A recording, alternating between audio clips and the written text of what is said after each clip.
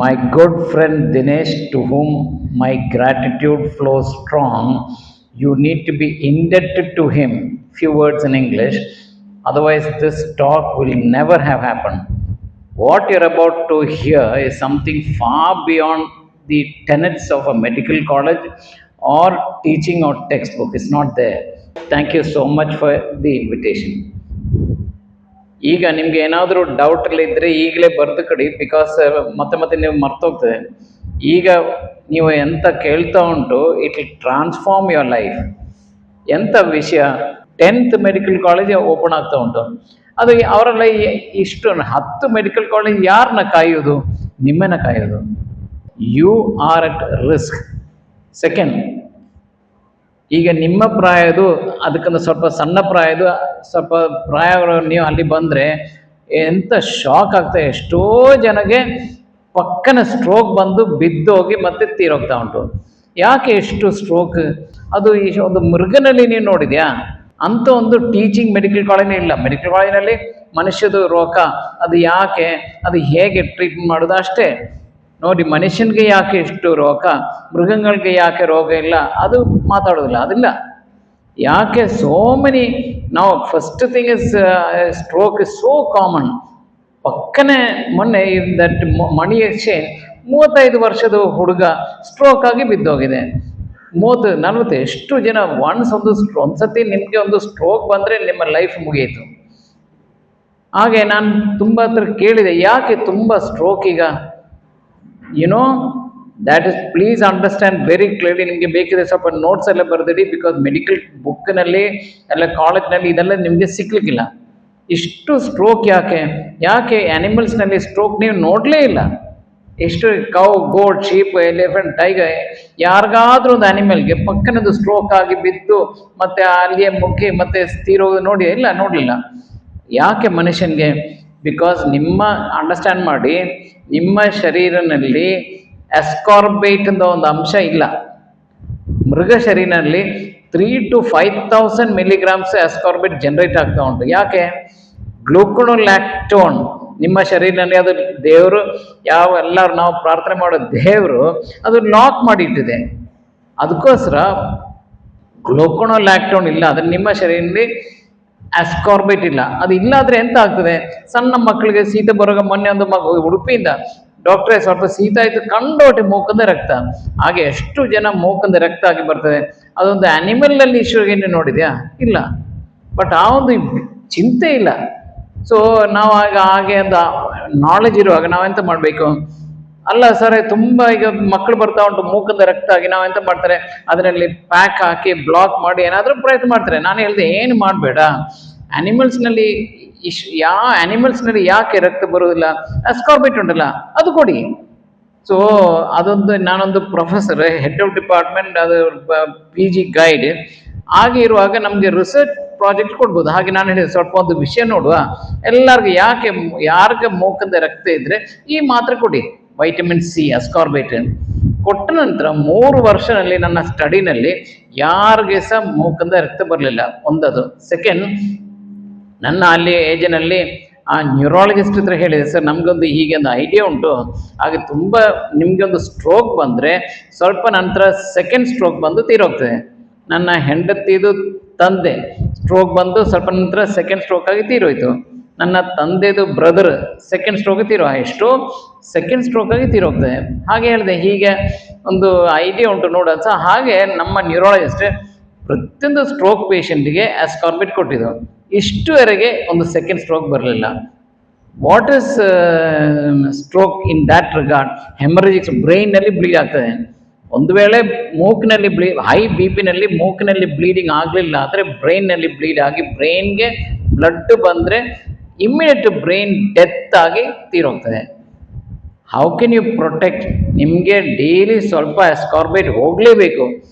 ಮುಂಚೆ ಎಂತ ಮಾಡ್ತಾಯಿತ್ತು, ಸ್ವಲ್ಪ ಊಟ ಬಂದ ನಂತರ ಏನಾದರೂ ಒಂದು ಫ್ರೂಟ್ಸ್, ಮೂಸಂಬಿ, ಇದು ಆ್ಯಪಲ್, ಎಲ್ಲಾದರೂ ಆರೆಂಜ್ ಏನಾದರೂ ಒಂದು ತಿಂತಾಯಿತ್ತು. ಈಗ ಅಂತ ವಿಷಯ ಇಲ್ಲ, ಫ್ರೂಟ್ಸೇ ಇಲ್ಲ.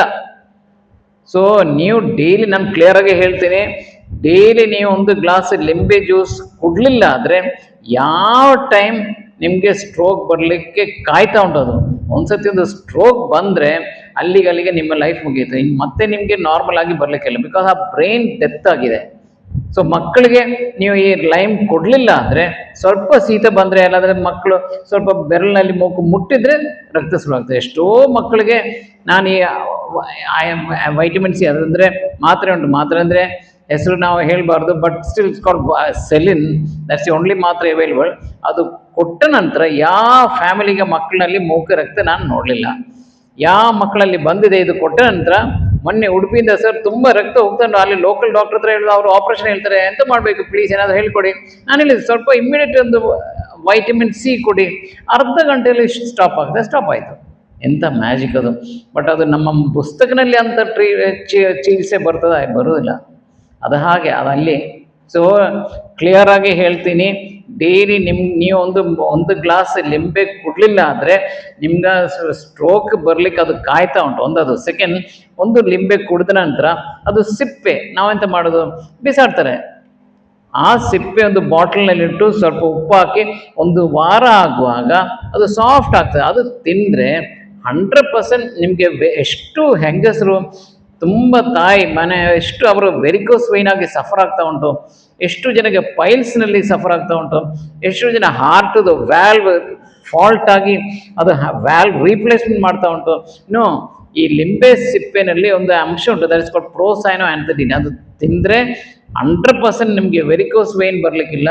ಎಷ್ಟೋ ಹೆಂಗಸರಿಗೆ ವೆರಿಕೋಸ್ ವೈನ್ ಬಂದು ಆಪ್ರೇಷನ್ ಬೇಕೇ ಬೇಕು ಅಂತ ಹೇಳಿ ಈ ಲಿಂಬೆದು ಸಿಪ್ಪೆ ಕೊಟ್ಟು ಕಂಪ್ಲೀಟ್ ಗುಣ ಆಗಿದೆ.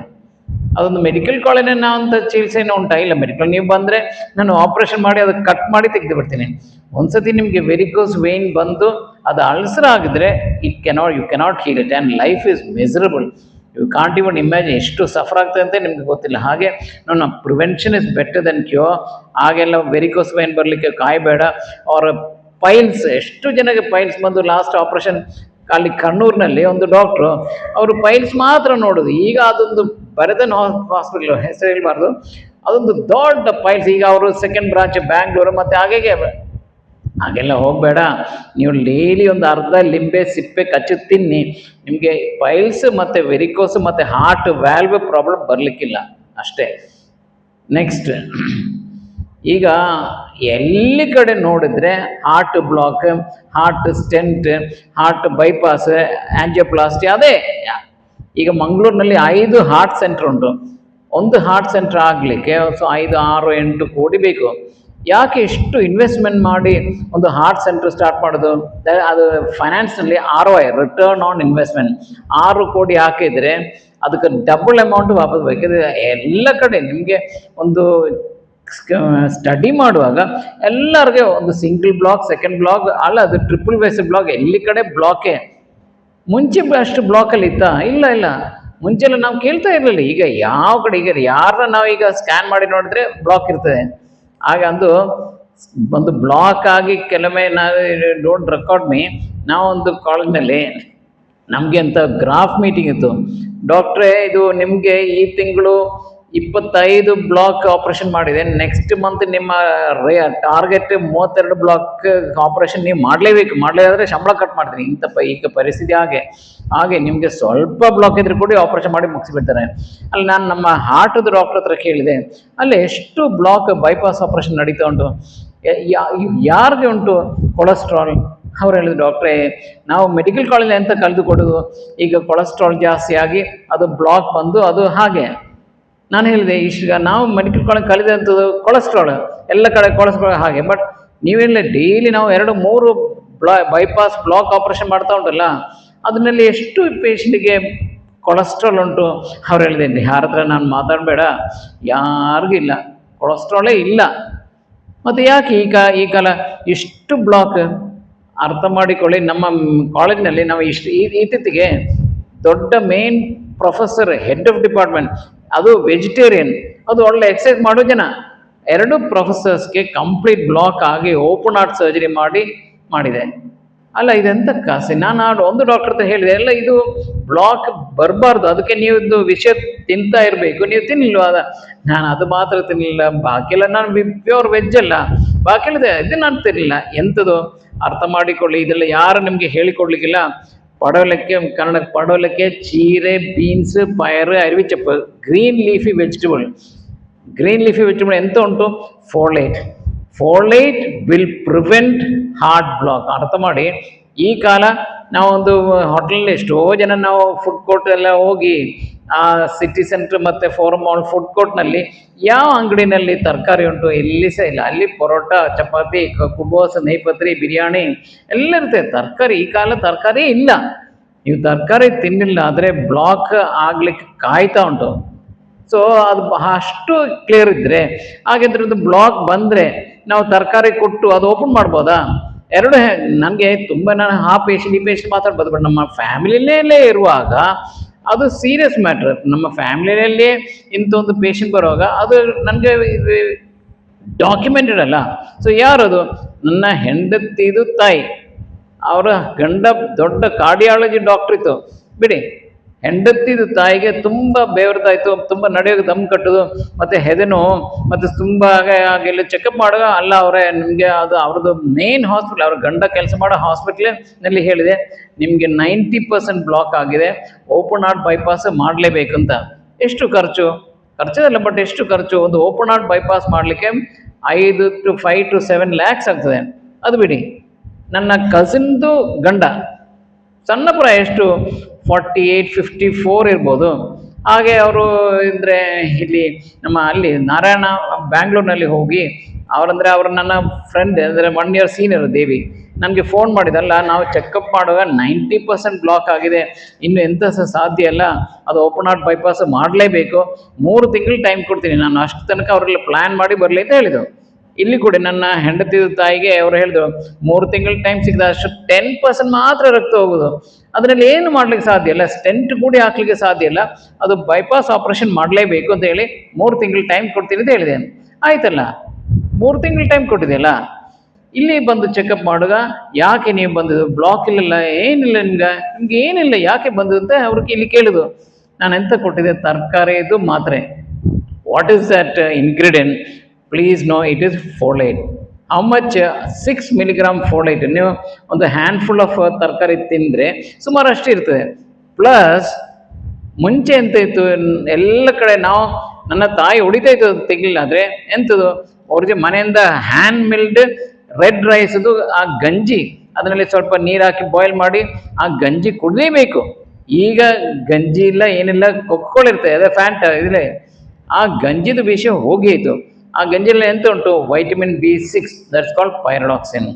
ಪೈರಡಾಕ್ಸಿನ್ ಮತ್ತು 1.6 milligram pyridoxine, 6 milligrams of folate plus B12 ಇದೆಲ್ಲ ಕೊಟ್ಟ ನಂತರ ನನಗೆ ಒಂದು ರೆಡಿಮೇಡ್ ಟ್ಯಾಬ್ಲೆಟ್ ಸಿಗ್ತಾ ಉಂಟು, ನಾನು ಅಷ್ಟೇ ಕೊಟ್ಟಿದ್ದು. 3 ತಿಂಗಳಾಗುವಾಗ ಕಂಪ್ಲೀಟ್ ಬ್ಲಾಕ್ ಓಪನ್ ಆಯಿತು. ಎಂಥ ಮ್ಯಾಜಿಕ್ ಅದು. ಅದ ನಂತರ ಎಷ್ಟೋ ಜನಕ್ಕೆ ನಾವು ಬೈಪಾಸ್ ಬೇಕು, ಅದು ಸ್ಟೆಂಟ್ ಆಗಬೇಕು ಅಂತ ಎಷ್ಟೋ ಜನಗೆ ಇದು ಕೊಟ್ಟು ಕಂಪ್ಲೀಟ್ ಓಪನ್ ಆಗಿದೆ. ಅಲ್ಲ, ಅದು ಬ್ಲಾಕ್ ಆಗೋ ತನಕ ಕಾಯಬೇಡ, ಡೈಲಿ ಸ್ವಲ್ಪ ತರಕಾರಿ ತಿನ್ನಿ. ಈ ಕಾಲ ಮಕ್ಕಳು ಕೂಡ ಪೇರೆಂಟ್ಸ್ ಬಂದು ಹೇಳ್ತಾರೆ, ಡಾಕ್ಟ್ರೇ ತರಕಾರಿ ಎಲ್ಲ ತಿನ್ನುವೇ ಇಲ್ಲ. ಅಲ್ಲಿ ಕೇರಳಲ್ಲಿ ಅಂತ ನಾವು ಹೇಳೋದು, ಇಂಗ್ಲೀಷ್ನಲ್ಲಿ ಹೇಳ್ತೀನಿ, ಚಿಲ್ಡ್ರನ್ ಬ್ರಾಟ್ ಅಪ್ ಏನೋ, മലയാളത്തിൽ ಹೇಳ್ತೀನಿ, ചട്ടിയിൽ വെച്ച കറിയും ചൂരിൽ കൊണ്ട് വളർത്തിയ മക്കളും. What it mean? Fish curry in N earthen pot or children brought up by the stick comes out well. ತರಕಾರಿ ತಿನ್ನಲಿಲ್ಲ ಸಮ ಕೊಡಿ, ಈ ಕಾಲ ಒಂದು ಮುಟ್ಲಿಕ್ಕಿಲ್ಲ ಅಂತ ಕಾಲ ಆಗಿದೆ. ಸಮ, ನೀವು ತರಕಾರಿ ತಿನ್ನಲಿಲ್ಲ ಹೋದ್ರೆ ಸಮ 1-2 ಕೊಡಿ. ನೀವು ತರಕಾರಿ ತಿನ್ನಲಿಲ್ಲ ಆದರೆ ನಿಮ್ಮ ಹಾರ್ಟ್ ಬ್ಲಾಕ್ ಆಗಲಿಕ್ಕೆ ಕಾಯ್ತಾ ಉಂಟು. ಪ್ರಿವೆಂಟ್ ಮಾಡಿ. ಸೊ ಒಂದು ವೇಳೆ ನಿಮಗೆ ತರಕಾರಿ ಆಗೋದಿಲ್ಲ ಆದರೆ ಮಾತ್ರ ತೆಗೆ. ನಮಗೆ ಈಗ ಈ ಕಾಲ ಅಷ್ಟು ತರಕಾರಿ ಎಲ್ಲ ಮಾಡಲಿಕ್ಕೆ ಕಷ್ಟ. ಮತ್ತು ಯಾವ ಹೋಟೆಲಲ್ಲಿ ಮೊನ್ನೆ ನಾನು ಹೋಗಿದೆ, ಅಲ್ಲಿ ಫಿಶ್, ಪ್ರಾನ್ಸ್, ಗೀ ರೋಸ್ಟ್, ಅದು ಇದು, ಪರೋಟ, ನೇಪತ್ರಿ, ಎಲ್ಲಾದರೆ ಕೇರಳ ಸಿಲೋಣಿ ಪರೋಟ, ತರಕಾರಿ ಇಲ್ಲ. ಸೊ ಹಾಗೆ ನಿಮ್ಗೆ ಅಷ್ಟು ಈಗ ಈ ಕಾಲ ಸಿಗ್ಲಿಕ್ಕಿಲ್ಲ. ನಾನು ತಿನ್ನಲಿಕ್ಕೆ ಶುರು ಮಾಡಿದೆ. ಸೆಕೆಂಡ್ ಥಿಂಗ್, ಅಲ್ಲಿ ಬಂದು ಎಲ್ಲ ಚೆಕಪ್ ಮಾಡಿ, ಅಪ್ಪ ನಿಮ್ಗೆ ಏನಿಲ್ಲ, ಒಳ್ಳೆಯದುಂಟು, ಒಳ್ಳೆ ಪರ್ಫೆಕ್ಟ್ ಉಂಟು. ಹೊರಗಡೆ ಹೋಗುವಾಗ ಟಪ್ಪ ಹಾರ್ಟ್ ಸ್ಟಾಪ್ ಆಗಿ ತೀರೋಗ್ತದೆ, ಪಕ್ಕನೆ ತೀರೋಗ್ತದೆ. ಅದಕ್ಕೆ ಎಂಥ ಹೆಸರು ಹೇಳೋದು? That is called sudden death. Sudden ಆಗಿ ನಾವು ಬಸ್ಸಲ್ಲಿ ಹೋಗುವಾಗ ಒಂದು ಆಕ್ಸಿಡೆಂಟ್ ಆಯಿತು. ಹಾಗೆ ನಮ್ಮ ಹತ್ತಿರದ ಕೂತ್ಕೊಂಡು ಪ್ರಾಯದ ಮನುಷ್ಯ ಹೇಳೋದು, ಮುಂಚೆ ಎಲ್ಲ ಜನನ ತೆಕ್ಕೊಂಡು ಹೋಗ್ಲಿಕ್ಕೆ ಯಮ ಬರ್ತಾಯಿತ್ತು, ಈಗ ಬರೋದು ಯಮಹ. ಅದು ಕೂಡ ಕರೆಕ್ಟ್. ಎಷ್ಟು ಜನ ಬೈಕ್ನಲ್ಲಿ ಆಕ್ಸಿಡೆಂಟ್ ಆಗಿ ತೀರೋಗ್ತಾ ಉಂಟು, ಅದು ಬಿಡಿ. ಈ ತರಕಾರಿ ತಿನ್ನಲಿಲ್ಲ ಆದರೆ death is waiting to happen. Number 2, sudden death. ಏನಿಲ್ಲ, ಒಳ್ಳೆ ಉಂಟು, ನಿಮ್ಮ ಎಲ್ಲ ಚೆಕಪ್ ಮಾಡಿದೆ, ಎಲ್ಲ ಕರೆಕ್ಟ್ ಉಂಟು, ಸಡನ್ ಡೆತ್ ಆಯಿತು. ನಾವೀಗ ಮಾತಾಡುವಾಗ ರಪ್ಪ ಎಲೆಕ್ಟ್ರಿಸಿಟಿ ಶಾರ್ಟ್ ಸರ್ಕ್ಯೂಟ್ ಆಗಿ ಕ್ಲೋಸ್ ಆಗಲಿಕ್ಕೆ ಸಾಧ್ಯ ಉಂಟು. ಯಾಕೆ? ದ್ಯಾಟ್ ಕ್ಲೋಸ್ ಸರ್ಕ್ಯೂಟ್, ನಿಮ್ಮ ಹಾರ್ಟ್ನಲ್ಲಿ ಕೂಡ ಒಂದು ವೈರ್ ಉಂಟು, ಅದು ನಾವು ಮಾಡುವಾಗ that is called bundle of his. Correct ಒಂದು ವೈರ್ ಕಾಣ್ತದೆ ನಿಮಗೆ ಹಾರ್ಟ್ ಸ್ಕ್ಯಾನ್ನಲ್ಲಿ. ಅದರಲ್ಲಿ ಎಲೆಕ್ಟ್ರಿಕಲ್ ಕರೆಂಟ್ ಹೋಗ್ತಾ ಉಂಟು, ಅದು ಶಾರ್ಟ್ ಸರ್ಕ್ಯೂಟ್ ಆದರೆ ಟಫ್ ಸಡನ್ ಡೆತ್ ಆಗ್ತದೆ. ಅದು ಹೇಗೆ ಪ್ರಿವೆಂಟ್ ಮಾಡೋದು? Please understand only one thing, and that is fish oil. ಅದು ಈಗ ಪ್ರಾನ್ಸ್, ಕ್ರ್ಯಾಬ್ಸ್, ಶೆಲ್ ಫಿಶ್ ಎಲ್ಲವಲ್ಲ, ಇದು ಕನ್ನಡದಲ್ಲಿ ಅಂದರೆ ಬಂಗುಡೆ, ಬೂತಾಯಿ, ಇಲ್ಲಾಂದರೆ ಇದು ಅಂಜಲ್, ಅದೆಲ್ಲ ನೀವು ತಿನ್ನಲಿಲ್ಲ ಆದರೆ ಸಡನ್ ಆಗಿ ಹಾರ್ಟ್ ಸ್ಟಾಪ್ ಆಗಲಿಕ್ಕೆ ಚಾನ್ಸ್ ಉಂಟು. That's called sudden cardiac death. ಅಲ್ಲ, ನಾವು ವೆಜ್ಜಪ್ಪ, ನಾವೆಂತ ತಿನ್ನೋದು? ವೆಜ್ ಇದ್ದರೆ ನೀವು ವಾಲ್ನಟ್ ಆಗ್ಬೋದು, ಅದೆಲ್ಲ omega 6. But best is please take ಒಂದು fish oil at least once a week ನೀವು ತೆಗಿಲಿಲ್ಲ ಆದರೆ death is waiting to happen. So ಈ ವಿಷಯದಲ್ಲಿ ಒಂದೆಷ್ಟು ನನ್ನ ಮಕ್ಕಳು ಇಲ್ಲಿ STM ಕಲಿಯುವಾಗ ಒಂದು ಫ್ಯಾಮಿಲಿ, ಸಣ್ಣ ಫ್ಯಾಮಿಲಿ, ಗಂಡ ಹೆಂಡತಿ ಮಕ್ಕಳು, ಆ ತಂದೆಗೆ ಒಂದು ಹಾರ್ಟ್ ಅಟ್ಯಾಕ್ ಆಗಿ ತೀರೋದ್ರೆ ಆ ಫ್ಯಾಮಿಲಿದು ಕತೆ ಅಲ್ಲಿಗೆ ಮುಗಿಯಿತು. ಎಷ್ಟು 3 ನನ್ನ ಮಕ್ಕಳದು ಕ್ಲಾಸ್ಮೇಟ್ಸ್, 3 ಅವರ ಅವ್ರ ಕ್ಲಾಸ್ಮೇಟ್ಸ್ ತಂದೆ ಪಕ್ಕನೆ ಹಾರ್ಟ್ ಅಟ್ಯಾಕ್ ಆಗಿ ತೀರೋಗಿದೆ. ಅವ್ರಿಗೆ ಅಟ್ಲೀಸ್ಟ್ ಇಂದು ಪಾಠ ಮಾಡಿ ಹೇಳ್ಬೋಯ್ತಲ್ಲ. ಫ್ಯಾಮಿಲಿಗೆ ಒಂದು ಹಾರ್ಟ್ ಅಟ್ಯಾಕ್ ಬರ್ತದೆ, ಅಲ್ಲಾದ್ರೆ ಒಂದು ಸ್ಟ್ರೋಕ್ ಬಂದರೆ ಅಲ್ಲಿಗೆ ಆ ಫ್ಯಾಮಿಲಿದು ದಾರಿ ಮುಟ್ಟಿದ ನಂತರ ಮಕ್ಕಳದ್ದು ಪರಿಸ್ಥಿತಿ ಅಂತ ಎಷ್ಟೋ ಜನ ನೋಡಿದೆ. ಇಲ್ಲಿ ತುಂಬ